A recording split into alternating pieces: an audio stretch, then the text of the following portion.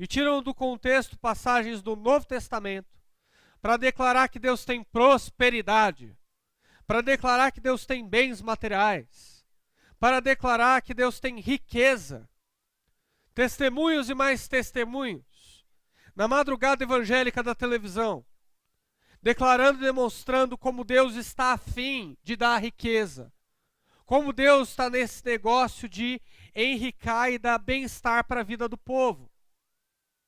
E nós temos aqui o profeta Miqueias, que pelo Espírito Santo falou a sua época e também fala a nossa essa noite. O profeta Miqueias se levanta denunciando todos esses que proferem que Deus tem prosperidade e mais prosperidade. É interessante, mas nós pegamos num texto que do início até o fim afirma que todas as vezes que esses profetas declararam com a sua língua que Deus tinha prosperidade, eram falsos profetas. Eram profetas imorais que não falavam pelo Senhor, que não tinham uma visão batizada na verdade de Deus. Profetas que estavam preocupados com pregar bem-estar, falar sobre bem-estar. Profetas que queriam entreter o povo. Profetas que queriam agradar as pessoas. E no nosso meio, infelizmente, isso acontece também. Paulo fala assim: não julgarei nós não julgaremos os de fora, porque não julgarei nós também os que estão dentro. É o que Paulo fala em Coríntios. Nós, irmãos, um dia participaremos do julgamento junto com Deus, julgando esse mundo. E como nós temos uma responsabilidade tão grande como essa, de governar e julgar as nações, é importante também que nós comecemos a olhar para a nossa instituição e começar a julgar também aqueles. O nosso meio anda mal, irmãos, e eu não preciso ficar detalhando. A palavra, ela fala por si só.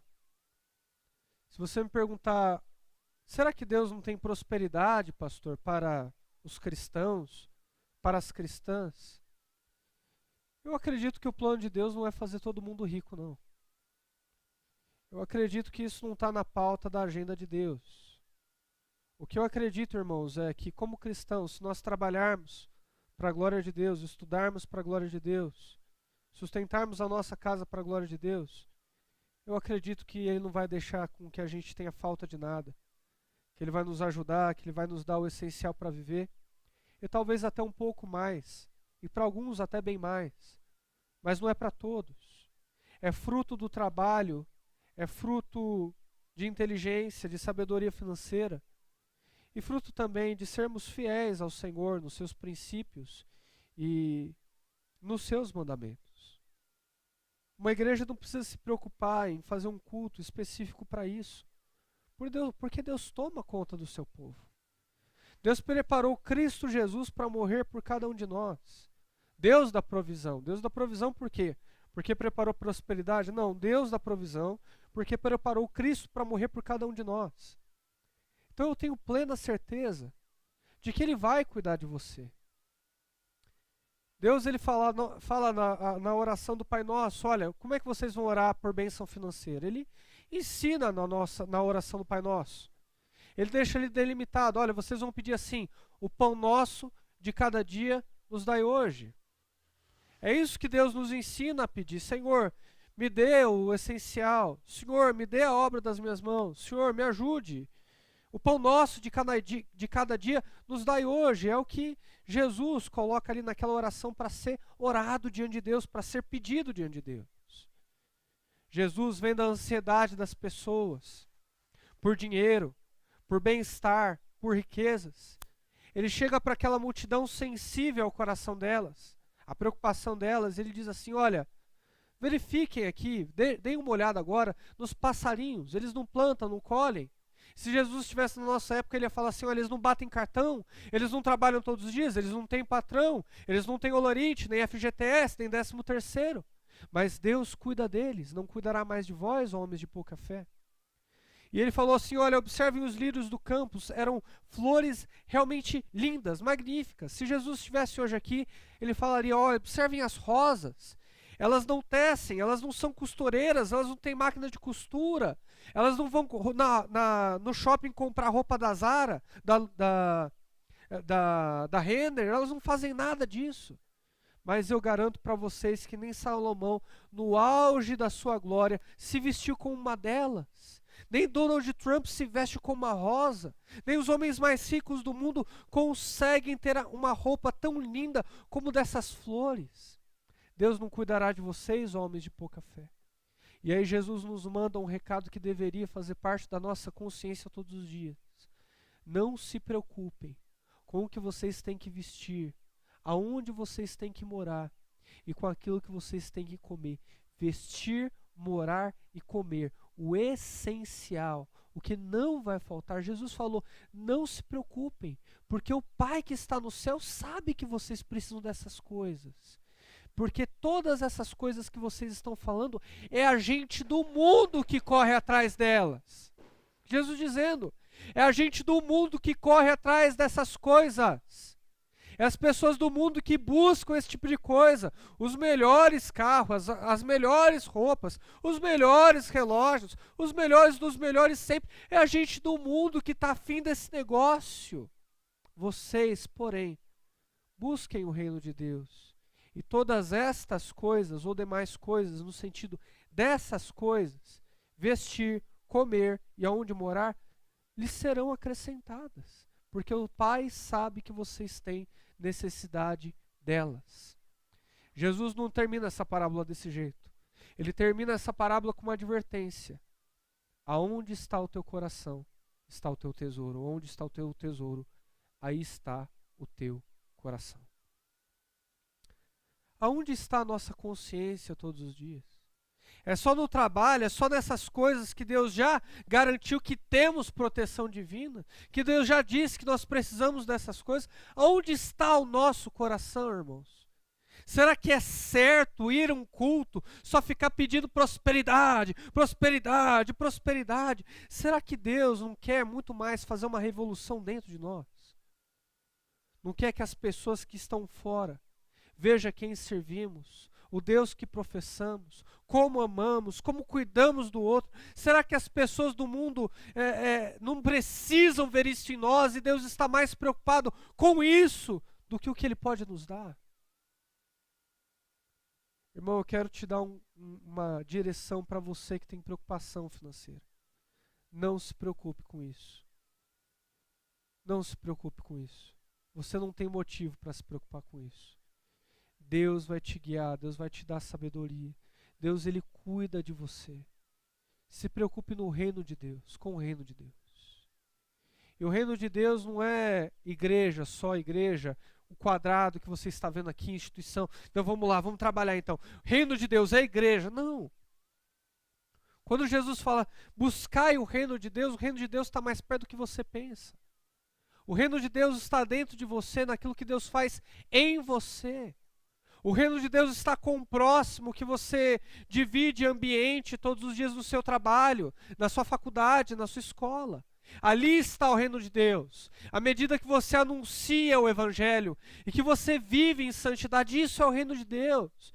É aqui que Deus está fazendo em mim. E por que meu Deus, que eu perco tantas vezes de vista aquilo que Ele está fazendo em mim?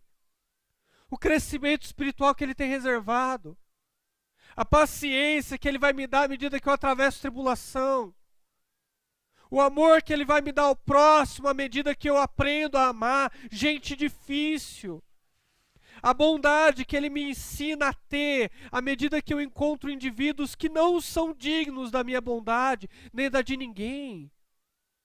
E o reino de Deus, isso a gente não se preocupa tanto. Eu não quero perder de vista aquilo que Ele está fazendo em mim. Que as coisas desse mundo, que as riquezas, que o futuro não faça com que eu perca de vista aquilo que Deus está fazendo em mim. Eu não quero perder, irmãos.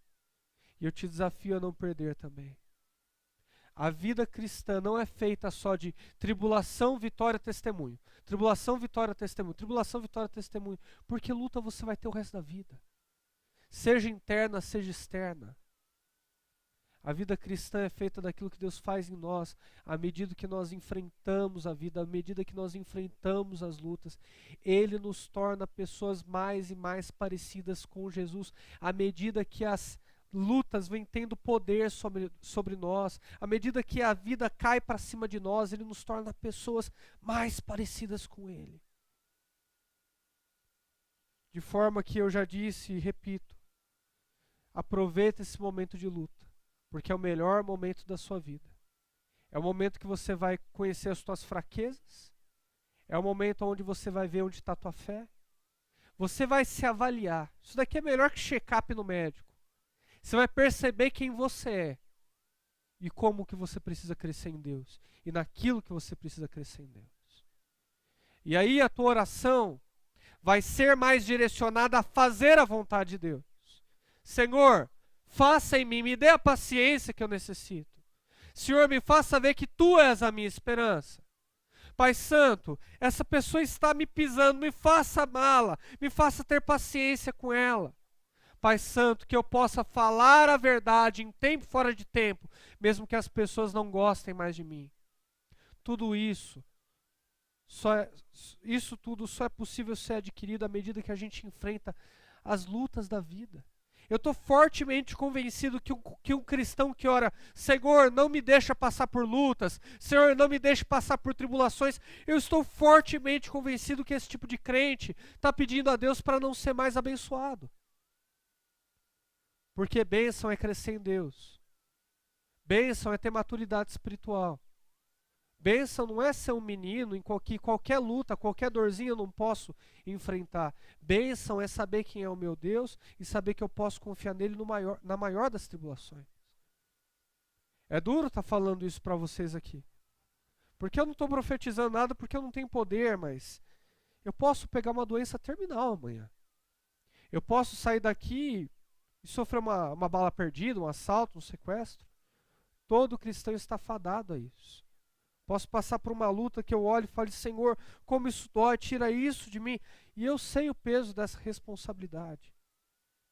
Mas enquanto eu passar por essas lutas, eu quero orar, Senhor, seja feita a Tua vontade.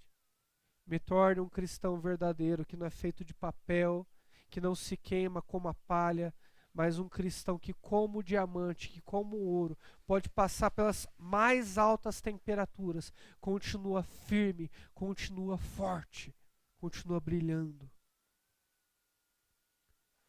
Olha só o que ele diz, disse eu, ouvi agora, cabeças de Jacó, e vocês, chefes da casa de Israel, não é vocês que pertencem saber o juízo?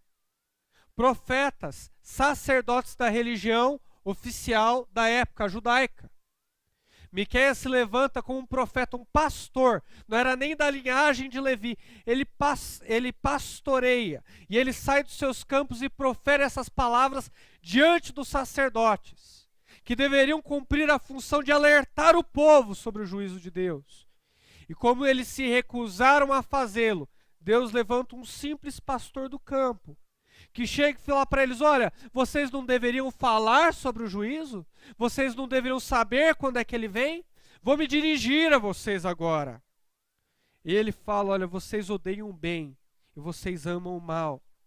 E deles vocês arrancam a pele, a carne de cima dos seus ossos, que comem a carne do meu povo. Eles arrancam a pele, eles esmiuçam os ossos, e os repartis como para panela, e como carne no meio do caldeirão? É o que ele diz aqui. Uma descrição desses falsos profetas. Pessoas que estão querendo uma prosperidade pessoal. Ele compara esses profetas, Miqueias compara esses sacerdotes, aqueles que dividem a carne de um boi e colocam na panela para assar e para comer. Vem como gado, como material de interesse, é isso que Miqueias está dizendo. Vocês enxergam esse povo como negócio. Vocês querem se aproveitar dele. Vocês não pregam aquilo que necessita ser pregado. Contra a idolatria, para abandonar o pecado, para fazer justiça ao órfão, para fazer o bem à viúva, para não procurar os seus próprios interesses. Vocês não estão interessados em pregar a palavra de Deus. Isso é atual? E ele diz aqui, então vocês vão chamar o Senhor, mas não os ouvirá. Antes esconderá deles a sua face naquele tempo, visto que eles fizeram mal nas suas obras. É o que Miqueias está dizendo. Vocês vão procurar a Deus, todos vocês sacerdotes, todos vocês que trabalham no templo, vocês vão procurar a Deus e Ele não ouvirá vocês. Antes Ele vai esconder de vocês o rosto dele. Deus vai se voltar contra os sacerdotes que Ele constituiu, porque não estão interessados em em cumprir o ofício que lhes foi delegado. Eu conheço diversos pastores que no início começaram muito bem, mas depois começaram a ver o povo como matéria de negócio. E eu falo isso no espírito de querer que eles se arrependam de todo o coração, de querer que eles se voltem para Deus. Isso daqui, irmãos, não é sobre seitas ou falsas religiões, porque a religião judaica era a religião legítima da época. Quero lhe lembrar disso. Deus tinha um povo dentro desse povo. Deus tinha um remanescente escolhido dentro do povo judeu, mas o povo judeu era o povo separado de Deus. Eu sei que existe uma igreja visível aí, e nessa igreja que está visível, Deus tem uma igreja dentro dele, separa os seus.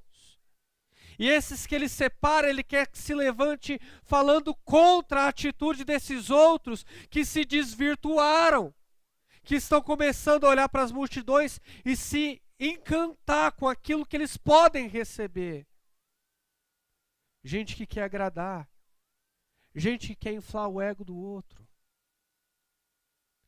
Eu lembro que uma irmã que já era bem orgulhosa, já era cheia do ego, e a gente foi para a igreja, eu estava na igreja aquele dia, e eu lembro pensando, puxa vida, como é que eu vou falar para essa irmã que ela precisa se reduzir, que ela precisa ser humilde. Eu lembro que chegou uma profeta ali, de Baal, e chegou para ela e falou assim, olha, Deus está te levantando, Deus está te colocando por cabeça, não por cauda. Ela chorava e chorava. Eu falei, puxa vida, pelo amor de Deus. É justamente o contrário. E aquela mulher se tornou uma espécie de profetisa de estimação para essa irmã. Ela, eu vou lá na irmã fulana que eu preciso receber oração, eu vou lá na irmã fulana para receber uma palavra, e até dava ofertas para a irmã fulana, e aquilo ali virou massa de interesse mais do que receber qualquer coisa da parte de Deus. Cada vez que você se levantar para querer ouvir coisas que inflem o teu ego, vai ter um profeta falso esperando para você se levantar assim. E o profeta falso, ele vai estar pronto para te dar uma palavra falsa, para receber de você alguma coisa. Toma cuidado, meu querido, com as intenções do teu coração. Toda essa gama de falsos profetas que a gente se levanta e fala, falsos profetas, eu tenho dó desse povo. Esses homens só são falsos profetas porque tem quem coloque eles nessa posição. Tem discernimento espiritual. Assim diz o Senhor, acerca dos profetas que fazem o meu povo errar, e que clamam paz quando não tem o que mastigar, mas apregoam guerra santa contra aqueles que nada lhes metem na boca. É mais ou menos assim. O profeta viu que o sacerdote via que aquele homem tinha condições, ele dava uma profecia boa. Ele via que aquele homem era pobre, que não tinha o que tirar dele, e deixava aquele homem de canto. Era assim que o sacerdote estava fazendo. Era assim que aquela estrutura religiosa estava se moldando. E Miqueias vê todo aquele horror. Miqueias vê toda aquela massa de manobra. que não mudou muito até os tempos de Jesus, porque o próprio Jesus entra no templo e fala: olha, vocês fizeram da casa de meu pai negócio, e começa a chutar e quebrar as barracas.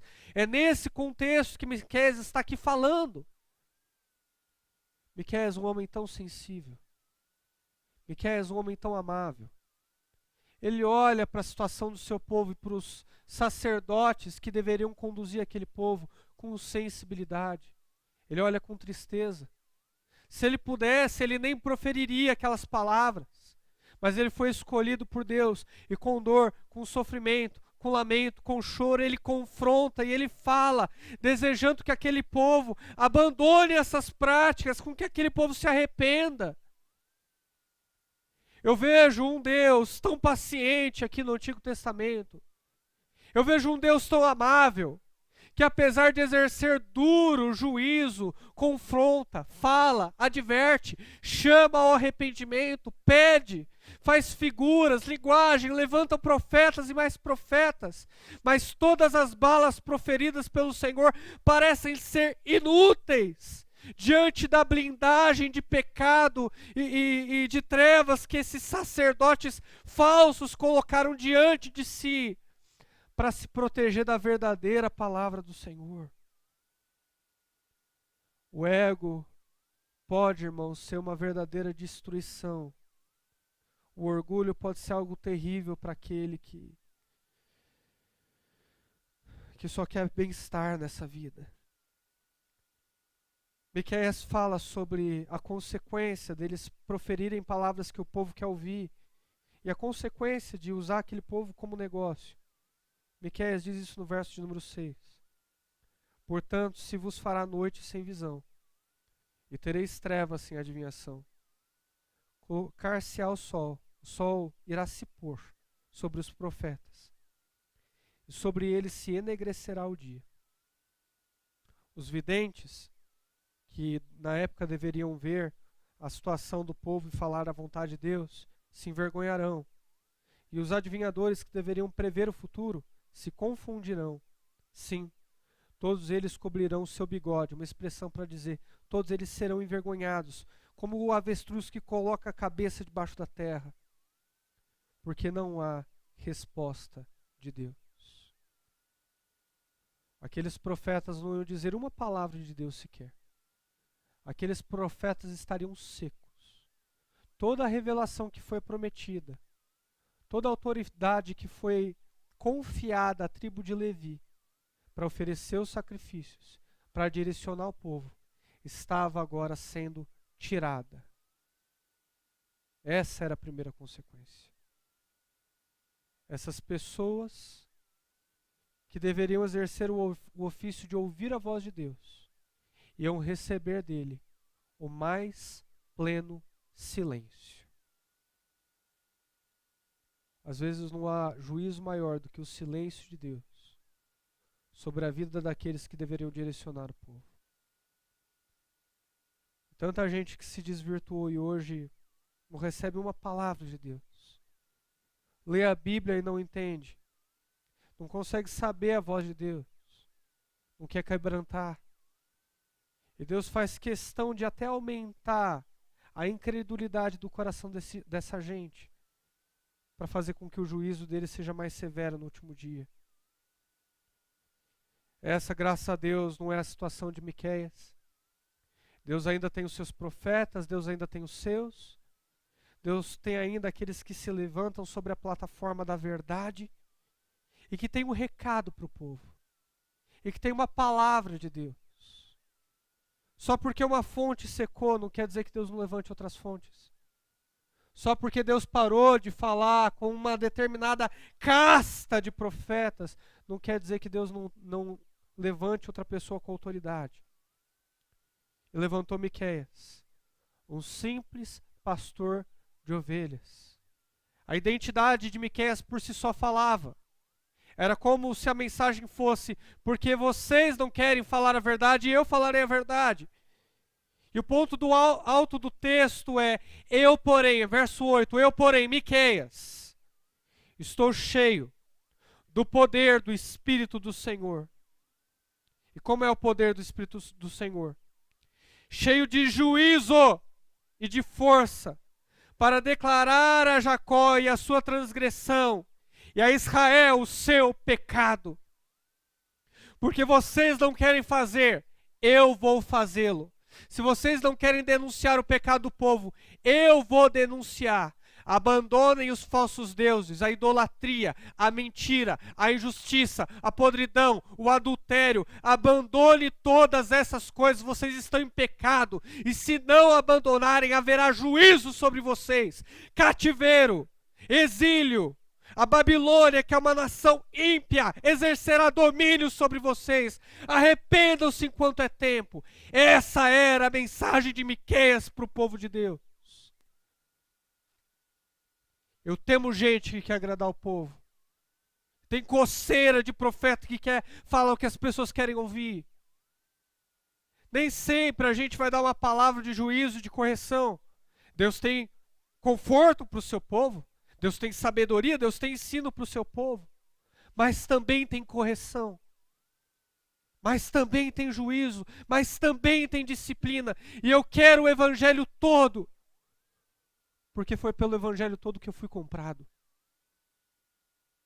Ouvi agora isso, vocês cabeças de Jacó. Miqueias agora se levanta para a liderança. Miqueias agora continua o ofício daqueles que se recusaram a servir a Deus. Miqueias agora, com autoridade, continua e termina aquilo que os outros não quiseram terminar por covardia. Ouvi agora isso, vocês cabeças de Jacó. Cabeças, mestres, líderes, reis, chefes da casa de Israel, que abominam o juízo, vocês odeiam o juízo. A marca de um povo insensível a Deus é um povo que odeia disciplina, um povo que odeia juízo. Quer receber bênção de Deus, quer receber amor de Deus, mas não quer receber disciplina de Deus nem correção de Deus. Ou você recebe tudo de Deus ou você não recebe nada dele. Deus não é só amor, Deus é amor e justiça. E eu quero os dois. Eu quero que de maneira amorosa Deus me conduza no caminho que eu preciso ser conduzido. Eu quero que o Supremo Pastor me traga para perto com o seu cajado, mas às vezes me dê uns tapinhas também porque eu preciso. Eu quero reconhecer que eu não tenho recursos para mudar, nem para me corrigir, que eu dependo dele e recebo tudo que vem dele. Vocês, Miqueias, que abominam o juízo e pervertem, transformam para pior tudo que é direito, tudo que é correto. Vocês edificam a Sião com sangue e a Jerusalém com perversidade. Aqueles líderes, eles tomavam o campo dos mais pobres. Eles muitas vezes matavam, colocavam nas prisões, cobrando impostos caríssimos. Era assim que eles guiavam aquele povo. Miqueias denuncia tudo isso, denuncia a corrupção política daquele povo. O povo escolhido de Deus deveria ser um padrão. Os líderes desse povo deveriam guiar o seu povo com justiça, com retidão, com bondade. Olhe para os nossos governantes. Qualquer semelhança com a realidade não é mera coincidência. Os nossos corruptos governantes são um sinal de juízo de Deus sobre eles, sobre a nossa nação como um todo. De um povo que não quer abraçar os princípios de Deus e de uma igreja que se recusa a ser a consciência do Estado. Os seus cabeças, os seus líderes, dão a sentença por suborno. Juízes são comprados na corte. Coincidência? Os seus sacerdotes ensinam por interesse. Meu Deus do céu. Conhece algum sacerdote, pastor, que ensina por interesse? Hã? E os seus profetas adivinham por dinheiro. E ainda se encostam ao Senhor dizendo: não está o Senhor no meio de nós? Gente que fala o que o povo quer ouvir, fala, é de Deus, a mão de Deus está aqui, a mão de Deus está no nosso meio, receba prosperidade, bênção, continua no pecado, continua fazendo o que você quiser, Deus está no nosso meio, Ele tolera tudo. Todos os pecados da nação de Israel relacionados nesse texto tinham que ver com falta de amor para com o próximo e para com Deus. Todos, sem exceção. Não fazer o bem à viúva era falta de amor. Não fazer justiça ao órfão, falta de amor. Não olhar para o próximo, querer arrancar aquilo que é dele, cobiçar os bens, propriedades, é falta de amor. Sacerdotes que ensinam por interesse, governantes corruptos, juízes comprados. Esse é o estado da nação brasileira. E ainda falam, o Senhor não está no meio de nós? Nenhum mal nos sobrevirá. Não, Deus não vai fazer isso com a gente não, porque Deus é amor. Não, que isso? Deus não vai fazer isso porque Deus é amor. A gente pega o atributo favorito de Deus para justificar o nosso pecado, você já percebeu? Ah, Deus é paciente, Deus é amor, Deus é longânimo. Mas poucas vezes eu escuto dizer um crente falar, Deus é juízo, Deus é justiça. Deus exige de nós retidão. Deus é a soma de todos os seus atributos, eu não posso pegar um atributo que eu quiser. Ainda mais para usar de plataforma para justificar o meu pecado, a minha iniquidade. Se esse texto quer dizer alguma coisa para você, se tem alguma coisa que você pode aprender aqui, aprenda a se corrigir diante de Deus. Aprenda que as aparências enganam. Que espiritualidade tem muito mais que ver com aquilo que você olha para Deus dentro de si, do que aquilo que você faz no exterior. Espiritualidade não são manifestações vazias de que Deus está no nosso meio. Espiritualidade é a forma com que eu olho para Deus e eu olho para os meus caminhos diante dele. Isso é verdadeira espiritualidade. Isso é o reino de Deus. É isso que é prometido a cada cristão, cada cristã. Uma dose plena de simancol para você poder se avaliar, verificar os teus caminhos e crescer na graça e no Espírito. 12. Portanto, por causa de vocês, Sião será lavrada como um campo. Você imagina? Você já viu um campo lavrado? É um campo peladinho, só tem terra e semente lá. Será lavrada. Todas aquelas casas, todos aqueles prédios, propriedades, Deus está falando, vou fazer de vocês um campo. Vou derrubar tudo. Tudo vai ruir. É o que Deus está dizendo aqui. E Jerusalém. Havia alguma coisa mais preciosa para Deus nessa época do que Jerusalém?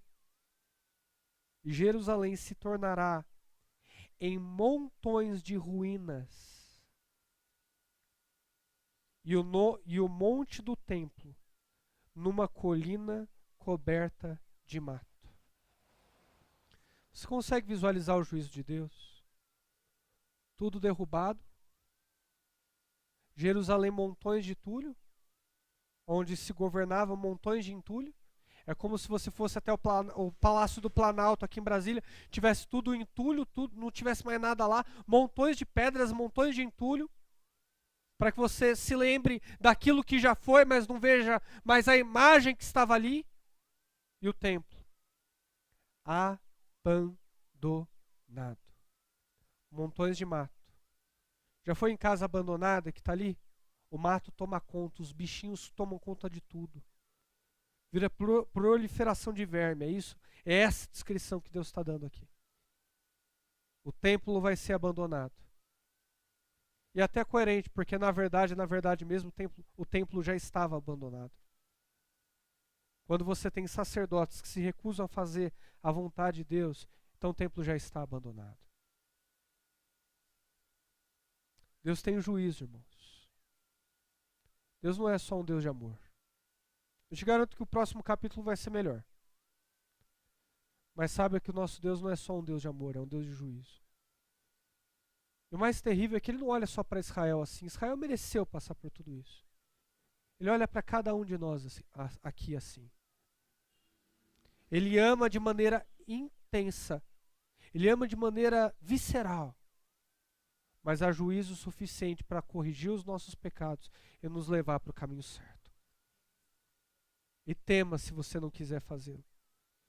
E tema se a tua vontade resistir a de Deus. Porque vai haver juízo esperando por você. Deus é pior que fogo, irmão.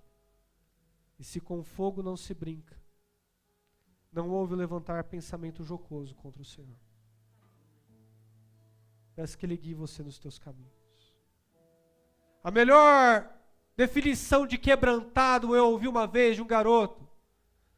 Anderson, há 12 anos atrás, em uma vigília, estávamos nós dois orando, início da minha fé. E eu falei, Anderson, o que você veio orar hoje? Era 3 da manhã. Anderson, o que você veio orar? O que você veio buscar diante de Deus hoje? Aqui na vigília. Ele falou assim, Ivan, hoje eu estou quebrantado. Você sabe o que isso quer dizer? Eu falei, não, o que quer dizer? Ele falou, hoje eu quero qualquer coisa. Hoje eu quero qualquer coisa que venha do Senhor. Se Ele tiver correção para mim, eu aceito. Se Ele tiver abraço para mim, eu aceito. Se Ele tiver sabedoria para mim, eu aceito. O que Ele quiser fazer em mim, tá bom. Eu estou desarmado, eu estou rendido diante do Senhor. Nem no grego original eu vi uma definição tão linda de quebrantamento como aquela. E a palavra fala que um coração quebrantado e contrito, Deus não resistirá. Fique de pé. Vamos orar e pedir por esse quebrantamento. Eu estou precisando.